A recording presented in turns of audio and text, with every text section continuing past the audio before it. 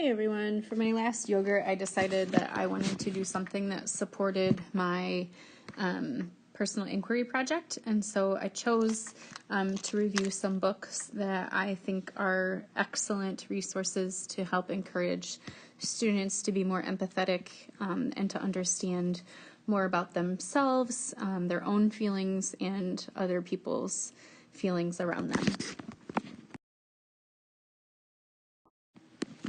This is a book that the art teacher and I have used a lot this year to help students understand feelings and how color can be associated and affect feelings that they have. So this book is fabulous. It's called I'm Feeling Macaroni and Cheese by Tina Gallo. And it's recommended for ages 2 to 5, but we've really used this kind of across the board with just trying to understand that we have lots of different feelings and that it's normal to have lots of feelings and that it's okay to have lots of feelings and that there are appropriate ways to portray those feelings. So this is a great addition, I think, to any library, and it is sponsored by Crayola, which is pretty cool. So each page has to do with a crayon. So we did a lot of cool art connections with this book.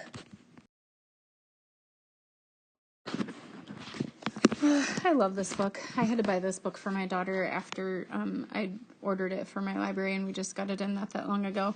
It's called What's My Superpower? And I'm always talking to the students about what's your superpower? What's something that you're really good at? And I think kids and adults both are very critical of themselves, and it's very easy for us to point out what we're not good at, but sometimes it's really hard to acknowledge what our strengths are. So this book is a really, really cool book that shows a girl who is really good at observing what all her friends and classmates are good at, but she herself cannot figure out what her superpower is. So this is a great book to teach empathy and to teach ways to appreciate your own self-worth and recognizing your own strengths. The recommended age is 3 to 5, but I think that this is, again, one of those books that is an all ages read. Just a little caveat. The author, I believe her name is pronounced Aviak. She is from one of the far northern Canadian territories called... I just had it and now I forget it. Nunavut. And so she has all kinds of interesting things about her. If you are curious about her, I had to go do all this research after I was like, where's her name from? This is really interesting. So just a caveat, she's a pretty interesting Canadian author if you wanted to look into her a little bit more.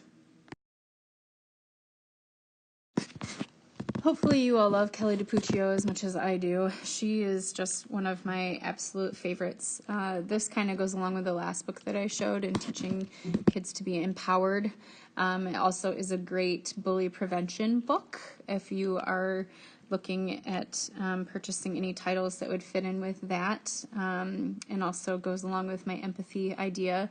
But I just got this book in not that long ago for my junior library guild order, and I had the kids do the chant. There's this whole chant in this book.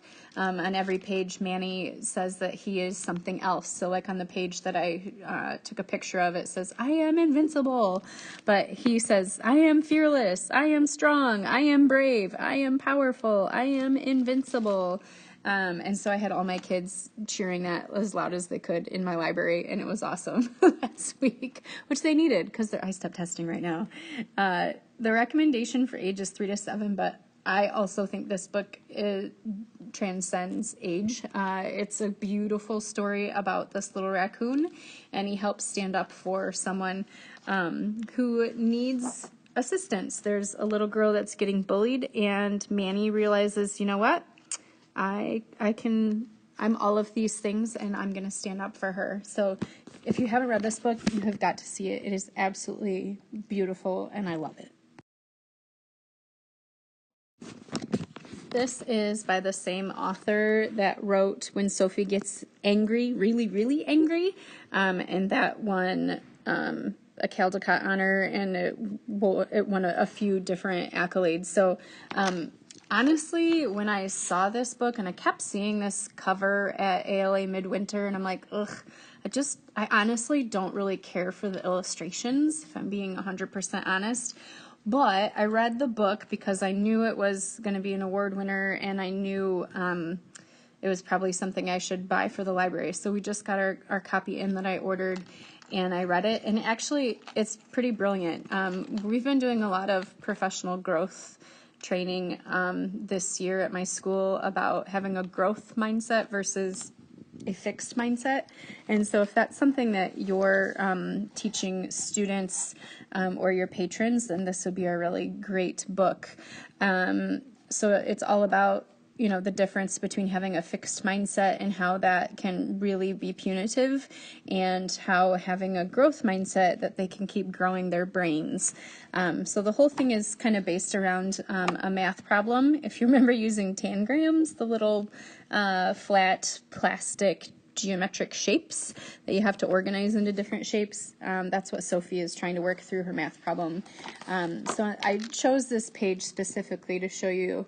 Now it's time to use the most important word. That word is yet. You haven't figured out yet. And I think that is so important for us to teach our kids, that having that perseverance and to keep on trying. So I can't wait to teach this to the kids and see what they think.